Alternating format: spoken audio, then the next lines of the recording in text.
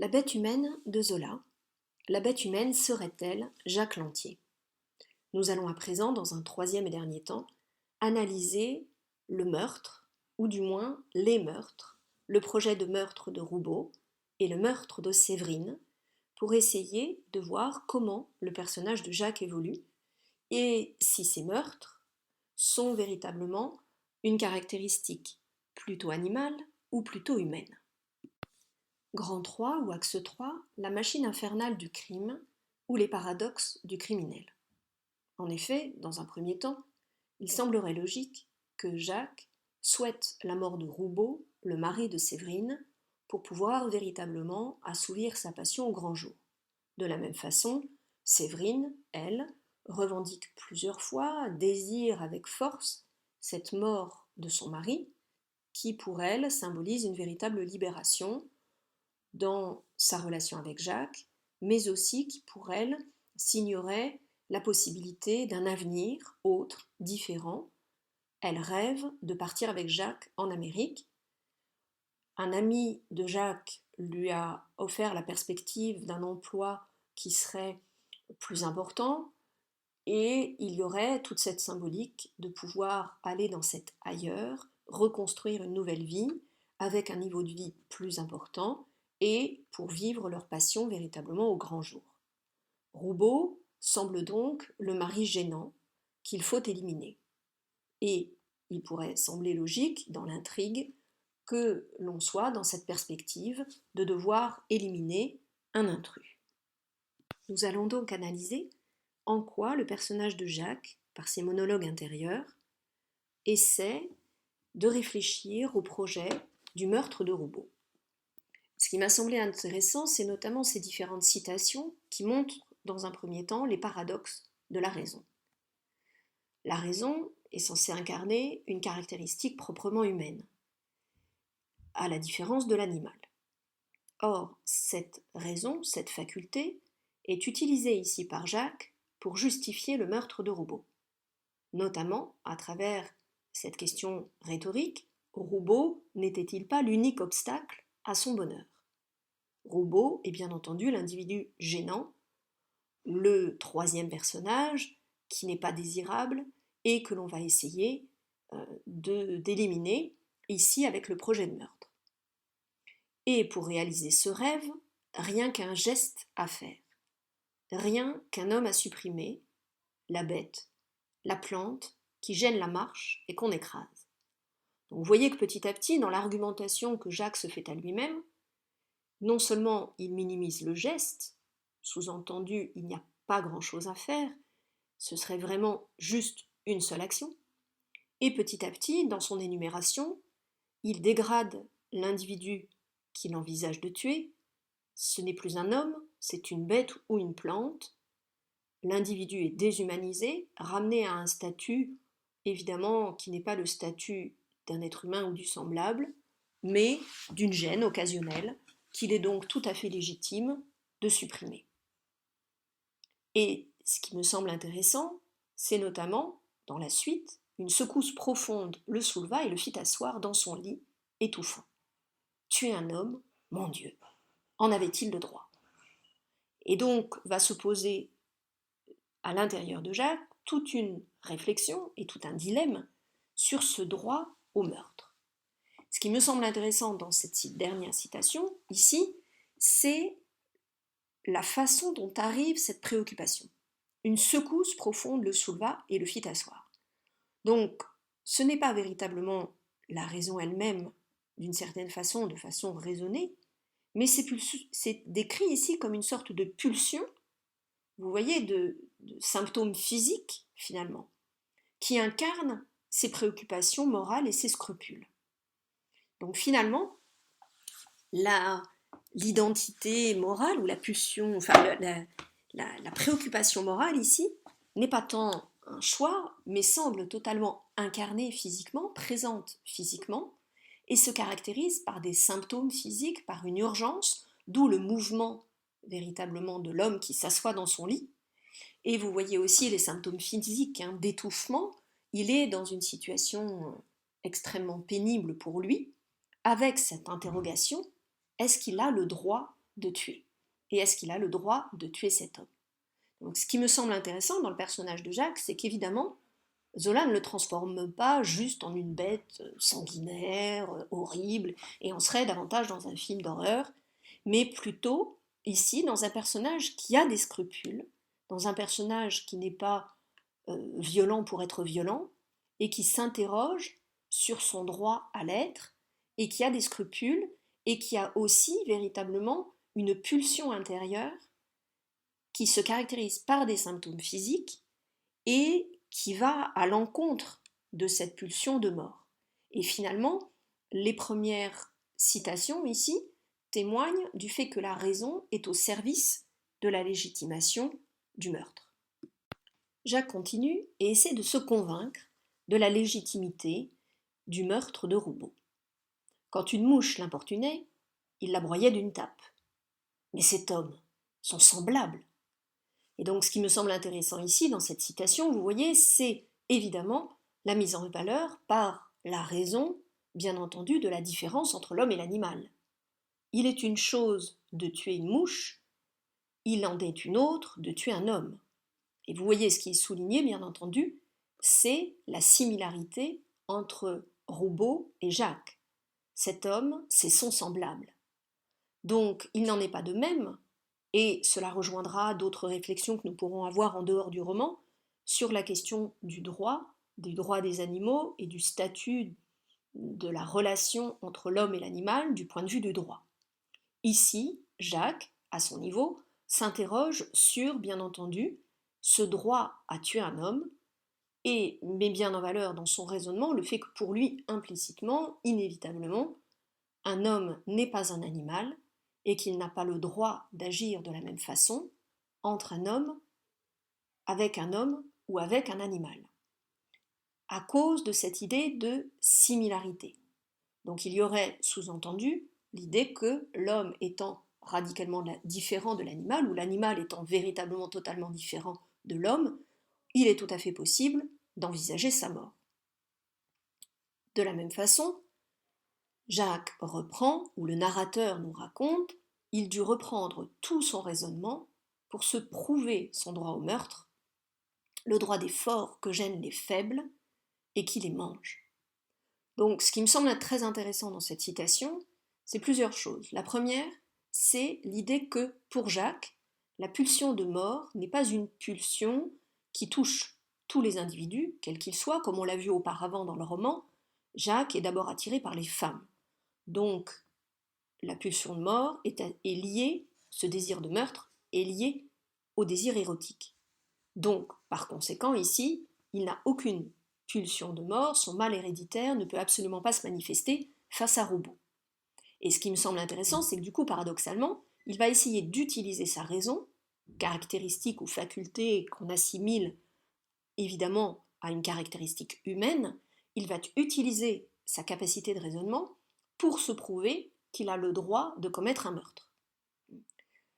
Deuxième chose, on est dans cette idée du principe du droit et d'une interrogation sur qu'est-ce que le droit? Qu'est-ce que le droit dans ma relation à l'homme? Qu'est-ce que le droit dans ma relation à l'animal? Et ici, il se définit un droit, le droit des forts que gênent les faibles. Donc, on n'est pas évidemment, bien entendu, dans le droit créé par la société, mais au contraire dans une autre forme de droit, qui est le droit du plus fort, tout simplement, qu'on a parfois assimilé au règne de la nature, et à l'idée qu'on est dans un rapport, l'homme est un loup pour l'homme, d'une certaine façon, où on assimile l'homme à un animal. On verra bien sûr que c'est très certainement plus compliqué que cela. Mais vous voyez ici, dans l'imaginaire de Jacques, cette assimilation, on utilise la raison pour justifier quelque chose qui serait finalement la reconnaissance que l'homme peut tout à fait fonctionner dans une société comme selon le droit du plus fort et non pas comme une société régie par des règles de droit qui nous permettent de nous sortir justement de ce rapport de force, du droit des forts que gênent les faibles. Enfin, une dernière chose, le thème du cannibalisme. C'est un thème qui est présent à plusieurs reprises, parfois de façon métaphorique entre Jacques et Séverine, et ici entre Jacques et Roubaud. On a cette hantise qui est présente, sous-jacente, comme étant là aussi une sorte d'archaïsme ou de tréfonds de l'inconscient collectif, qui serait cette idée que finalement que l'homme n'est pas loin d'une forme primitive, de sa forme primitive, et n'est pas loin des interdits refoulés, que sont notamment ici, bien entendu, le meurtre d'un individu gênant, quel qu'il soit, sans scrupule, et également le cannibalisme. Donc on est dans cette idée d'utiliser le raisonnement pour justifier finalement une situation qui est extrêmement loin de toute forme de civilisation, le règne du droit du plus fort, de la loi du plus fort, et voire même d'un cannibalisme totalement accepté. Dans sa tentative de justifier le meurtre de Roubaud, jugé indésirable, pour le bonheur du couple Jacques et Séverine, Jacques va donc se prêter à toute une argumentation tendant à assimiler l'homme à l'animal. Est-ce que dans les bois, si deux loups se rencontrent, lorsqu'une louve est là, le plus solide ne se débarrasse pas de l'autre d'un coup de gueule? Jacques, dans son discours intérieur, essaie de se convaincre que le meurtre de Roubaud est tout à fait légitime. Et ce qui est intéressant ici, c'est qu'il va utiliser la proximité ou l'assimilation de l'homme à l'animal pour justifier son choix de tuer Roubaud. Ici, dans l'image qu'il donne, et dans cette interrogative comme une sorte de question rhétorique, il présente la relation entre les loups comme une relation nécessairement ou au sein d'une rivalité. Il est tout à fait normal d'utiliser la force pour se débarrasser d'un rival gênant. Et on retrouve bien entendu le trio entre les deux rivaux et une femelle, la louve, et également ce principe du rapport de force qui serait tout à fait légitime. Jacques utilise donc ce qu'il pense être la vie naturelle, le comportement naturel d'un animal, comme étant une justification suffisante du comportement de l'homme, sous-entendu l'homme étant un animal ou étant proche de l'animal, il serait tout à fait légitime qu'il agisse de la même façon. Ainsi, la loi du plus fort serait une loi naturelle pour l'animal et, par comparaison, par identification, pour l'homme également. Ce qui, du coup, évidemment, assimilerait l'homme à l'animal, ou du moins le rapprocherait énormément et supposerait qu'en effet, l'homme est quasiment équivalent à l'animal. Jacques va continuer son argumentation, et toujours ses questions rhétoriques, en essayant de revenir à une sorte d'âge primitif, imaginé bien entendu, totalement hypothétique, une projection que le personnage fait sur les premiers temps des hommes. Ainsi, il dit, ou il pense du moins, et anciennement, quand les hommes s'abritaient comme les loups au fond des cavernes, est-ce que la femme désirée n'était pas à celui de la bande qui la pouvait conquérir dans le sang des rivaux? Donc, cette fois-ci, on n'est plus totalement dans l'assimilation aux animaux, même si la comparaison demeure, avec comme les loups, mais on a cette idée d'une sorte de premier temps des hommes qui, du coup, usaient de la même façon dans cette idée que la conquête de la femme se faisait par la violence et par le sang répandu.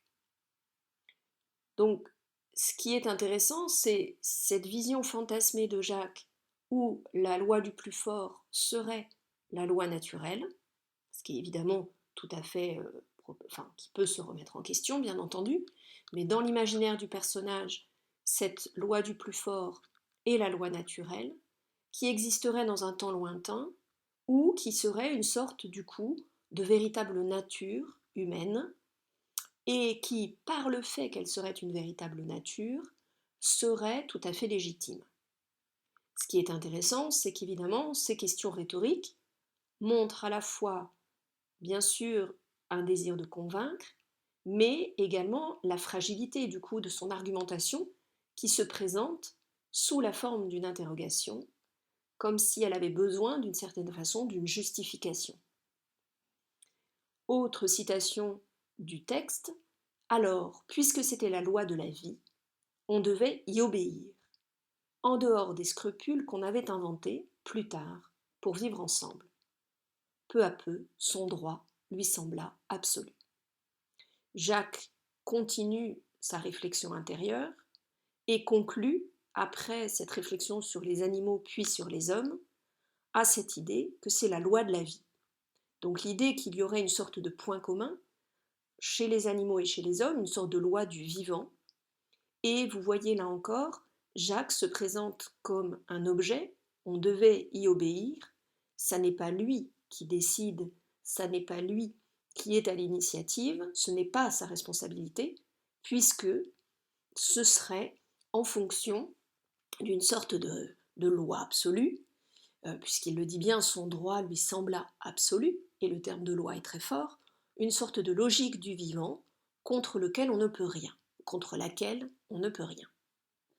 Et du coup, les règles morales, le droit, l'interdit, qui peut être représenté ou qui peut représenter d'une certaine façon la civilisation, le développement de l'être humain qui se distingue de l'animal, question qu'il faudra se poser bien entendu, est assimilé ici uniquement à des scrupules, terme qui permet de minimiser bien entendu ces interdits et de les montrer sous un jour péjoratif comme étant finalement des réticences qui n'ont pas lieu d'être. Et ce qui est intéressant, c'est cette dissociation entre une sorte de pulsion intérieure qui serait la logique du vivant, animal et homme confondus, et la civilisation, la culture, les mœurs, qui vont introduire, selon Jacques Dubois dans cette perception, la notion de morale, de droit, d'interdit, peut-être même ce que Freud appellera le surmoi, comme étant finalement des inventions, nécessaires bien entendu pour la vie en société, mais des réalités qui sont plutôt des leurs, qui nous permettent de contrôler nos actions. Jacques a donc usé de sa raison et d'un certain nombre d'outils et d'artifices argumentaires pour essayer de se convaincre de la nécessité de tuer Roubaud. Il utilise donc ses capacités humaines, de raison, de logique, de réflexion, pour essayer de justifier ce recours à la loi du plus fort comme étant une logique qui est un fait et qui n'est donc pas à juger et qui serait plutôt de l'ordre du naturel, de la véritable nature de l'homme. Ce qui est intéressant dans le roman, c'est que Jacques ne tuera pas Roubaud. Il aura l'occasion à 2 reprises. La première, la nuit, dans la gare, lorsque Roubaud fait ses rondes contre les maraudeurs. Séverine et Jacques seront juste à côté de Roubaud. L'occasion est idéale, il n'y a aucun témoin, et Jacques, néanmoins, ne le tuera pas. Séverine en sera d'ailleurs désespérée. La deuxième tentative se fera ou se préparera à la maison de la Croix de Maufras, bien entendu, avec une multitude de précautions, là encore.